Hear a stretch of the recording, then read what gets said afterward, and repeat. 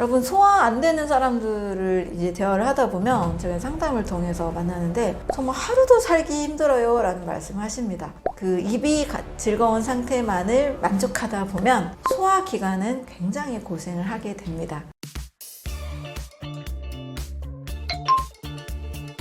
건강의 핵심은 무엇인가요? 여러분, 소화 안 되는 사람들을 이제 대화를 하다 보면 제가 상담을 통해서 만나는데 정말 하루도 살기 힘들어요 라는 말씀을 하십니다. 속이 불편하다라는 것은 불편함이 떼려야 떼어지지 않거든요. 우리도 뭐 너무 과식했을 때 또는 나쁜 음식 먹거나 긴장하는 그 상태가 지속됐을 때 막 배가 아프고 막 화장실에 갈 것 같고 굉장히 불편하잖아요.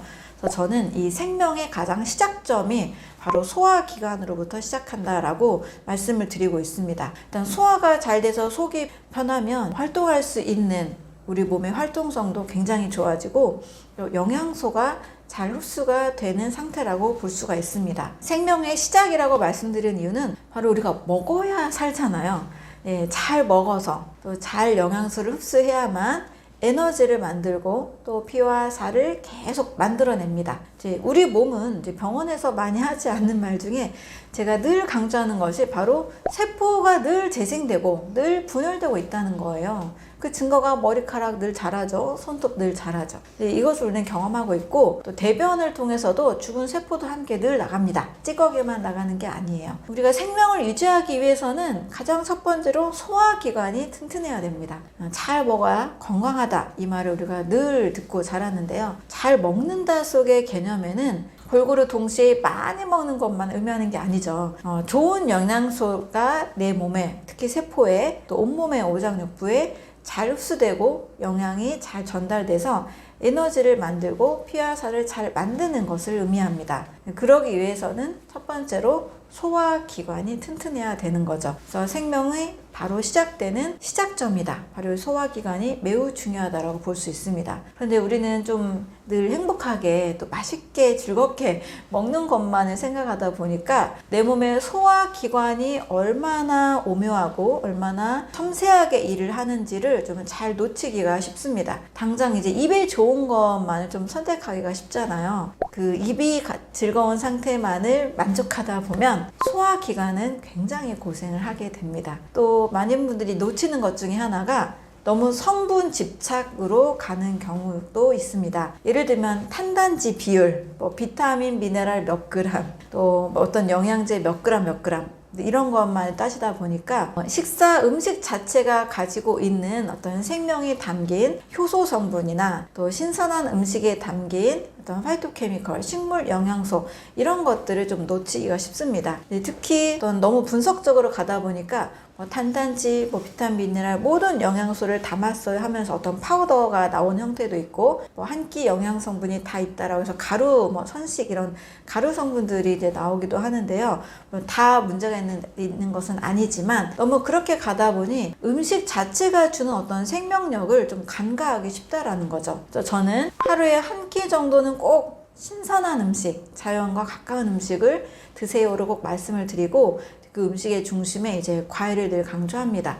물론 이제 채소와 함께 강조하기도 하고요. 견과류 섭취도 많이 강조하는데 이렇게 생명이 깃들어 있는 음식을 먹는 것과 그냥 이거 하나하나에 화학적으로 분석한 성분을 그램을 계산하고 칼로리를 계산하는 것과는 천지 차이입니다. 매우 다릅니다. 그래서 생명의 시작에는 이제 소화기관이 있고 소화기관이 좋아하는 식사를 하는 것, 소화기관이 무리를 주지 않는 식사를 하는 것 이것을 매우 중요하게 말씀을 드립니다. 특히 요즘 이제 혈당에 굉장히 많이 관심 있죠. 혈당 연속 측정기까지 달고 다니면서 혈당 다이어트도 많이 하시고 심지어 이제 젊은 20, 30대도 굉장히 많이 관심을 가지고 계시는데 너무 혈당 집착으로 가다 보니까 더 근본적인 췌장의 건강 상태를 또 놓치기 쉽다는 겁니다.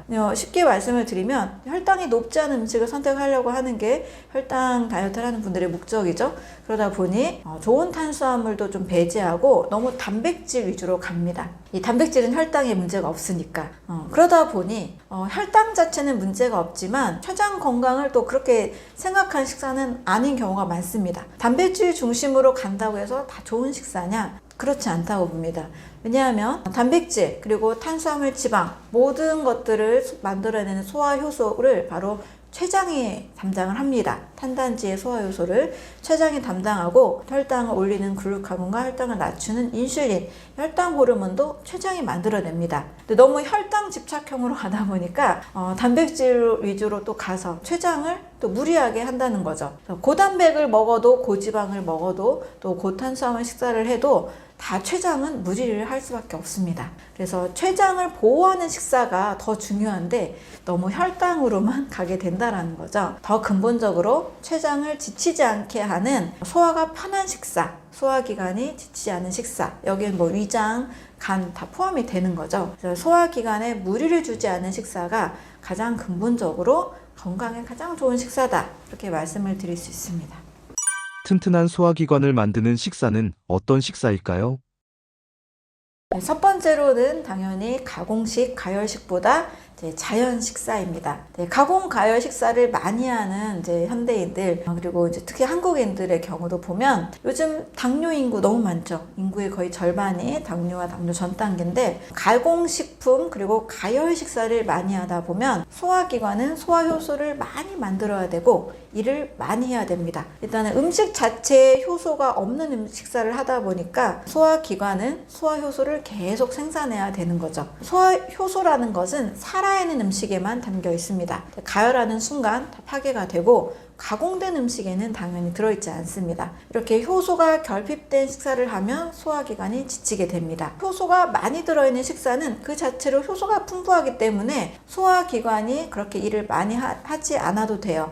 쉬운 예로 우리 야생동물을 생각하면 됩니다. 야생동물은 사실 살아있는 날 것을 먹잖아요. 자연에 있는 것들을 먹다 보니까 요리하지 않잖아요. 가열하지 않죠. 그러니까 효소가 풍부한 식사를 합니다. 그러니 그들의 소화기관에 적합한 효소가 풍부한 식사를 하면서 소화기관이 그냥 자연스럽게 자기가 일할 만큼만 일하면 되는 거죠. 그래서 야생동물은 고혈압, 고지혈증, 당뇨, 암 같은 만성질환이 없습니다. 그래서 효소가 풍부한 식사를 하는 것이 가장 소화기관을 건강하게 만드는 거라고 할 수 있습니다. 그래서 하루에 제가 늘 주장하는 것은 한 끼 정도는 효소가 필요 없는 식사를 하세요. 가열 식사를 하세요를 말씀을 드리는 겁니다. 자, 두 번째로는 단순한 식사입니다. 자, 복잡한 식사를 할수록 소화기관은 고생합니다. 그것이 바로 뷔페 식사인 거죠. 우리가 골고루 잘 먹어야 된다라는 말을 많이 듣고 자라다 보니까 동시에 골고루 잘 먹으려는 오류를 범하게 됩니다. 그런데 뷔페 식사 가서 정말 골고루 다양한 음식을 드시잖아요. 그런데 소화가 잘 되나요? 많은 분들이 다 경험하셨을 거예요. 소화가 안 됩니다. 네, 뭐 가스가 나고 방귀가 나고 막 속이 계속 더부룩하죠. 자, 그것은 동시에 다양한 음식을 골고루 많이 먹으라는 것이 아니고요. 세포 속에